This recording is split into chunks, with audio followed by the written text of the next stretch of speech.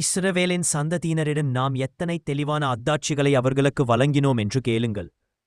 அல்லாஹ்வின் அருட்கொடை தமக்கு வந்த பிறகு எவரேனும் அதை மாற்றிக்கொண்டால் நிச்சயமாக அல்லாஹ் தண்டனையில் கடுமையானவன். மேலும் அவர்கள் நம்பிக்கை கொண்டவர்களை ஏளனம் செய்கிறார்கள். ஆனால் அல்லாஹ்வை அஞ்சுபவர்கள் அவர்களை விட உயர்ந்தவர்களாக இருப்பார்கள். அல்லாஹ் தான் நாடியவர்களுக்கு கணக்கின்றி வாழ்வாதாரங்களை வழங்குகிறான். மனிதர்கள் ஒரே சமூகமாக இருந்தனர். பின்னர் அல்லாஹ் நற்செய்தி கூறுபவர்களாகவும் எச்சரிக்கை செய்பவர்களாகவும் தீர்க்கதரிசிகளை அனுப்பினான். மேலும் அவர்கள் கருத்து வேறுபாடு கொண்டதைப் பற்றி மக்களிடையே தீர்ப்பு வழங்குவதற்காக அவர்களுடன் சத்தி வேதத்தை இறக்கினான். அது கொடுக்கப்பட்டவர்களை தவிர வேறு யாரும் அதை பற்றி கருத்து வேறுபாடு கொள்ளவில்லை.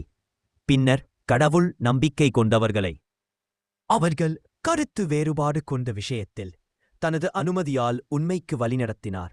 மேலும் தான் நாடியவர்களை அல்லாஹ் நேரான பாதையில் வழிநடத்துகிறான். அல்லது நீங்கள் நம்பிக்கையின்மையில் நுழைவீர்கள் என்று நீங்கள் நினைக்கிறீர்களா? சொர்க்கம். ஆனால் உங்களுக்கு முன் சென்றவர்களின் உதாரணம் உங்களிடம் வரவில்லை. அவர்கள் கஷ்டத்தாலும் பீடிக்கப்பட்டிருந்தனர். தூதரும் அவருடன் நம்பிக்கை கொண்டவர்களும் கூட அல்லாவின் உதவி எப்போது என்று கேட்கும் வரை அவர்கள் நடுங்கினர். நிச்சயமாக அல்லாவின் உதவி நெருங்கிவிட்டது.